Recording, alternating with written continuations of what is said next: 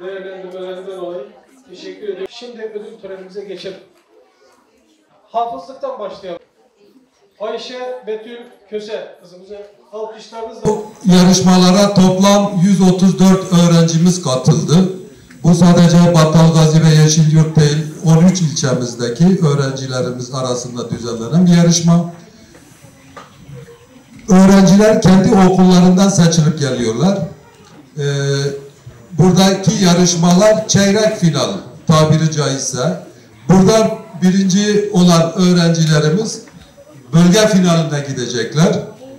Malatya'da bölge yok. Antep, Adıyaman, Tunceli, Elazığ ve Urfa'da olacak. Mart ayı içerisinde inşallah. Burada seçilecek öğrencilerimiz bölge finalinde bizi temsil edecekler. Orada da başarı sağladıkları takdirde inşallah Mayıs ayında ilimizi temsilen Türkiye finaline gidecekler. Onun için jürilerimize çok büyük görevler düşüyor. Çok iyi seçmeleri gerekiyor. Şunu söylüyoruz bütün katılımcılarımıza.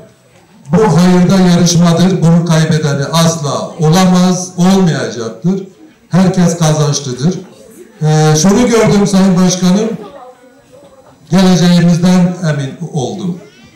Ne mutlu sizlere ki Rabbim sizlere, bizlere böyle bir yol yürümeyi nasip etmiş. Bundan dolayı hepinize teşekkür ediyorum. Hepinizi tebrik ediyorum.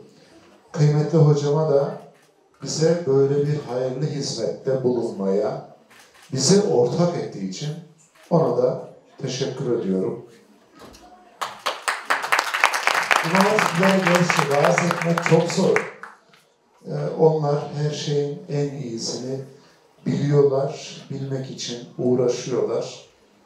Ve elhamdülillah Rabbime şükrediyorum ki dün İmam Hatipler İlahiyat Fakültesinden başka fakültelere alınmazken, akabinde puanları kesilirken ve biz bir ortamda İmam Hatipliyiz cümlesini kullanmaktan imtina ederken Rabbime hamdü senalar olsun. 2002 yılında bir delikanlı çıktı.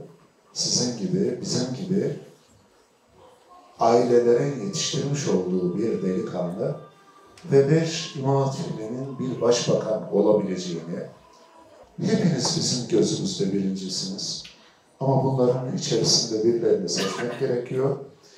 Hepinizin birinci olması için bu toplumda ciddi sorumluluğunuzun bilincinde, idrakinde, fevkinde olmanızı sizlerden rica ediyoruz, istirham ediyoruz.